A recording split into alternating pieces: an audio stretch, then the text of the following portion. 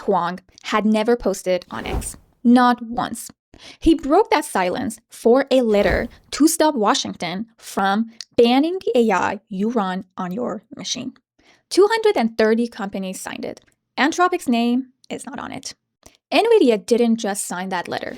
NVIDIA published it July 24th, and Anthropic stayed quiet for 3 days, while every other major American AI lab signed it, including Amazon and Google, who are Anthropic's two biggest investors. So what finally got Jensen Huang to post? He wrote, "Open models strengthen safety and cybersecurity, accelerate innovation and diffusion, and enable sovereignty." Musk replied underneath it saying, "Jensen is right. This has my full support." So what are they actually defending? A file, which is what open weights mean, open models.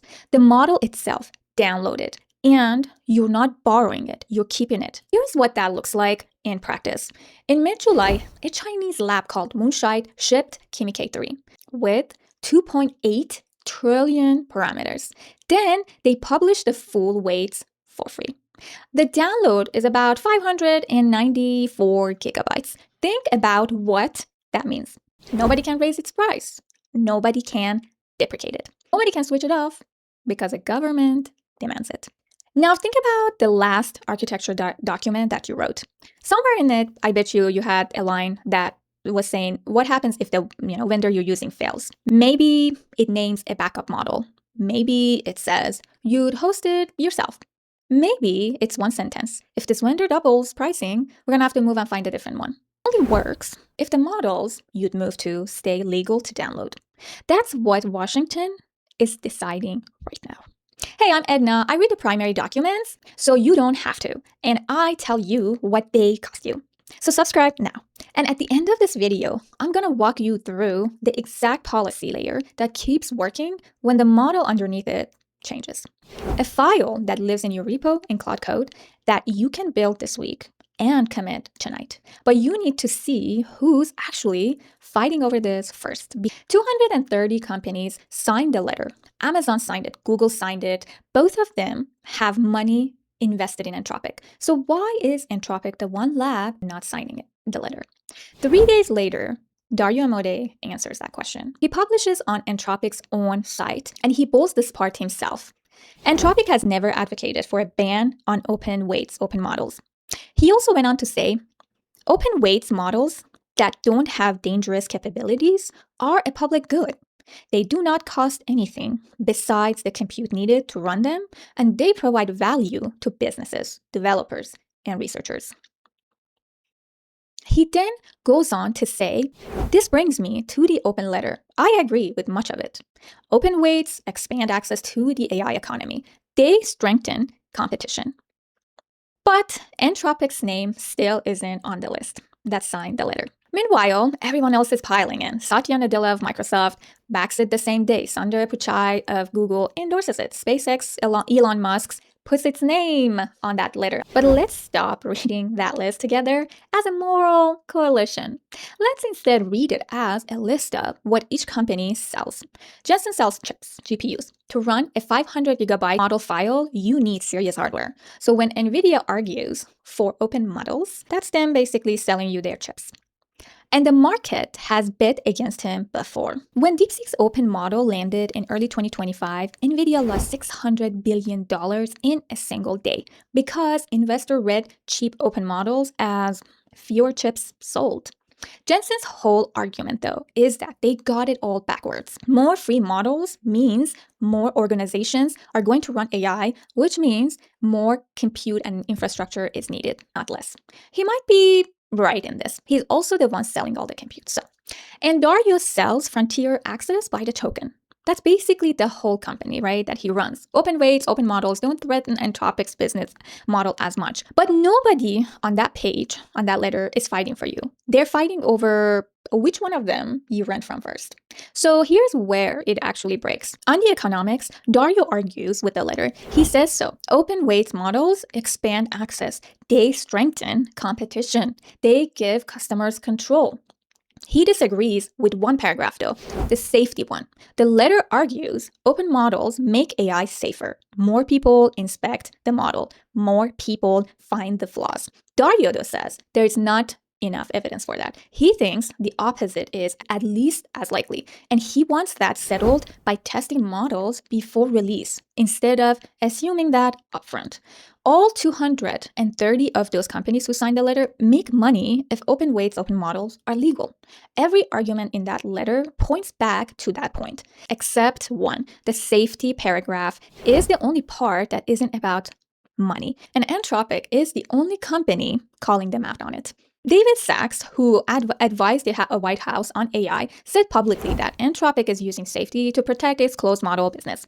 Dario answered it head-on immediately. A ban would protect American AI companies from competition. On July 22nd, Michael Kratsios, who directs the White House Office of Science and Technology Policies, posted, "We have information that Moonshot AI distilled Anthropic's fable for the development of its K3 model." Distillation is basically when you use one model's answers to train your own. Another one. Kratsios also called it covert industrial distillation aimed at stealing American technology. He also said Moonshot got restricted NVIDIA chips through Thailand. Treasury Secretary Scott Bassett backed him and floated sanctions. In the same post, Kratsios wrote that legitimate distillation plays a vital role in this open innovation ecosystem. So the White House and the letter agree? Distillation is normal? The fight is only over which kind?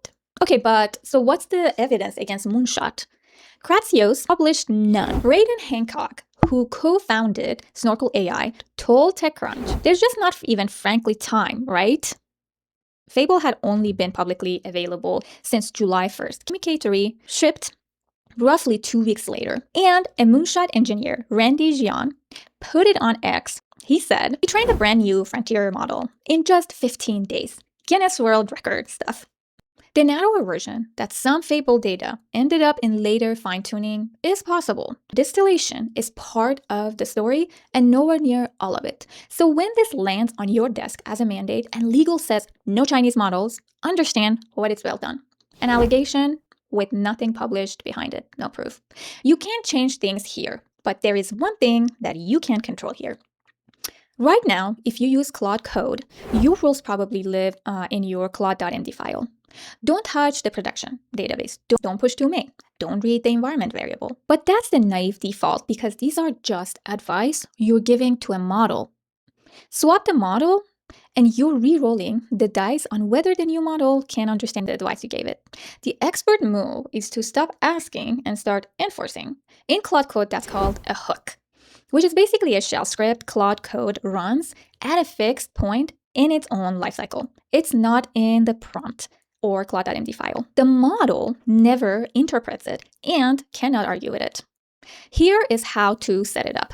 This takes 2 files, and both of them live in your repo.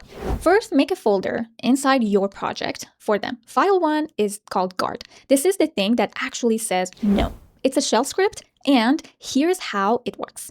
Before Claude runs any command, it hands that command to your guard script file. The script checks it. If it's on your banned list, the script refuses, and it sends back a reason. Claude never gets to run that command, and here's the part that matters. Claude never reads the script. The script runs outside the conversation, so the model can't interpret it loosely, can't decide your rule doesn't apply this time, and can't be talked out of it. That's the difference between a rule and a mandate. Then you may also want to make the script executable, so your machine will actually run it. File 2 is the wiring. Without it, your script just sits right there and nothing calls it. This is where you tell Claude Code that this script exists and when to run it. In this case, before any commands run and execute. Put that in your project settings, not your home directory. Your home directory means the rule only exists on your laptop. The project setting means it travels with the code. So type /hooks and Claude shows you what's all loaded. The label says project settings, which means the rule came from the repo, not your machine. Now test it. Ask Claude to run the ban command. it should refuse, and it gives you a reason why. Now switch to a completely different model and ask for the exact same thing. It refuses again. Same message, same reason. That's the whole point. One policy, two different models. About 10 minutes of work. And because both files are committed, every engineer who clones the repo gets the rule automatically. Nobody has to remember to turn it on. Don't let the next corporate update be a surprise to you. Like and hit subscribe so you're the first to know. And as a thank you, meet my dog Kaden with 0 AI anxiety and 100% job security. Now go see who already bought the tool you write code in right here.